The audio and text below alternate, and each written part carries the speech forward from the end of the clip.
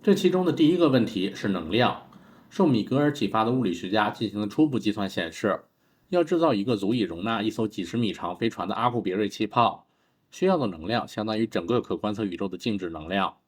但后来研究人员重新计算后发现，只要稍微改变气泡的几何形状，所需的能量就可以减小到几个太阳质量，然后再减少到木星的质量。不过这仍然不切实际，因为即使我们能以某种方式将如此多的能量集中在几立方米的空间内，也肯定会形成一个黑洞将飞船吞噬。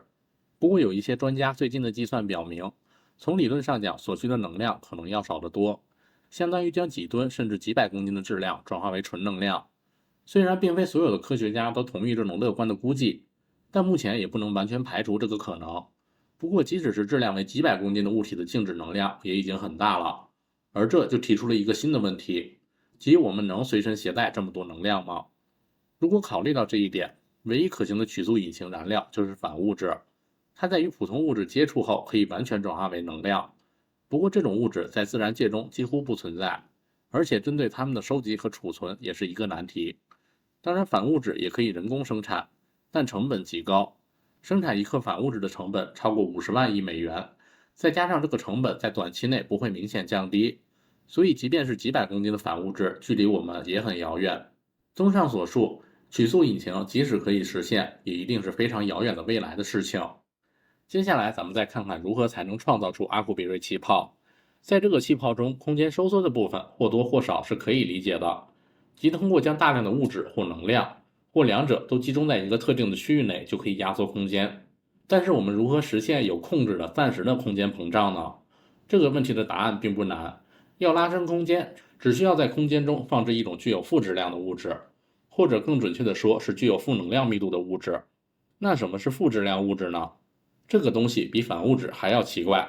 这里让我们回顾一下牛顿第二定律，即在力的作用下，物体获得的加速度等于力除以物体的质量。即当我们推动一个物体，它就会开始朝我们推动的方向运动。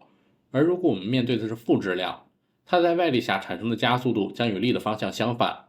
同样的道理也适用于万有引力，即在正质量物体的引力场中，负质量物体不仅不会被正质量物体吸引，反而是会被正质量物体排斥。所以就像正质量的物体会压缩周围的空间一样，负质量的物体则会拉伸空间。所以下一个问题就是，我们要如何找到这些能量密度为负的物质？实际上，有些物理学家认为我们已经找到了，它与卡西米尔效应有关。即当两块完美抛光的金属板相隔一小段距离放置在真空中时，它们之间就会产生吸引力，这就是卡西米尔效应。这种效应于1957年首次被发现，现在被解释为真空施加压力的结果，尤其是真空产生的虚光子。由于平板的存在和光子的特性，在平板之间产生的虚光子比在平板之外产生的虚光子要少，从而导致从外部对平板产生较高的光子气体压力，实质上就是真空的压力。从物理学角度来说，压力无非是能量密度。由于平板外的真空能量为零，而平板内的真空能量小于零，因此我们可以说平板内的能量密度低于零。自从卡西米尔效应在1957年首次被实验证明以来，物理学家在创造能量密度低于零的空间区域方面取得了重大进展。其中一些区域类似于阿库别瑞气泡所需的构造，例如将一个金属球置于一个圆柱形金属管内，就可以制造出非常类似的东西。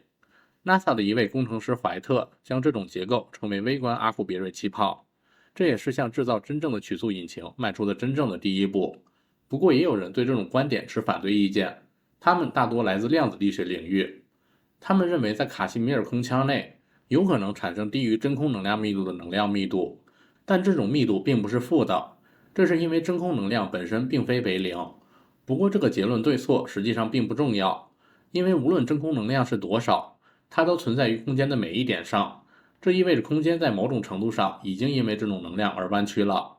如果我们设法把能量密度降低到真空能量密度以下，就会减少这种曲率，从而使空间与正常状态相比变得更长，而这就已经足够了。这里最大的问题是怀特的这个所谓的微观阿库别瑞气泡如何才能应用于宇宙飞船的建造。虽然气泡内的球体没有问题，但圆柱形的臂呢？根据怀特论文中的描述，它们将处于扭曲空间区域之外，而为了保持这个扭曲空间的构造，包括圆柱体在内的整个结构都必须随飞船一起移动，这意味着它的移动速度必须超过光速。所以说，如果要在这个气泡内实现超光速旅行，还需要在气泡外的正常空间实现超光速，而这显然是不可能的。那么还有没有其他方法呢？能不能利用放置在奇异条件下的普通物质来模拟具有负质量的物质呢？在这个假设中，扭曲的空间区域不是由飞船本身产生的，而是由静止的结构产生的。只是飞船在超光速飞行时会穿过这些结构，但要建造这样一条超光速公路又谈何容易？那么曲速引擎注定毫无希望吗？那倒也不是，因为如果我们设法找到真正的负质量物质，所有这些问题都可以迎刃而解。虽然我们还没有发现这种物质，但没有任何物理定律禁止它们的存在。此外，现代科学前沿的某些假设表明，负物质可能已经存在于我们周围，它与暗能量的概念密不可分。这种神秘物质的存在似乎导致了观测到的宇宙加速膨胀。如果我们假定暗能量是一种广义上的物质，而不是空间本身的一种属性，那么这种物质可能就是我们需要的物质。如果有朝一日我们搞清楚这种物质是什么，并学会如何提取、收集和操纵它，那么我们离制造出可以工作的曲速引擎就只有一步之遥了。不过针对暗能量也有3个问题。首先，我们不确定暗能量是不是一种可以操纵的物质。其次，我们不确定宇宙的加速膨胀是不是由暗能量引起的。最后，我们甚至不能完全确定宇宙正在加速膨胀。总而言之，即使在最乐观的情况下，我们距离制造出曲速引擎也至少还有几百年的时间。不过在其发展期间，我们或许能回答一个重要的问题。由于拥有曲速引擎的飞船在出发和到达时，必然会在周围空间产生具有某些特征的引力波。如果我们能够探测并识别出这些引力波，就能确认2件事。第一是曲速引擎是可以制造出来的，第二是在太空中的某个地方有文明已经做到了这一点。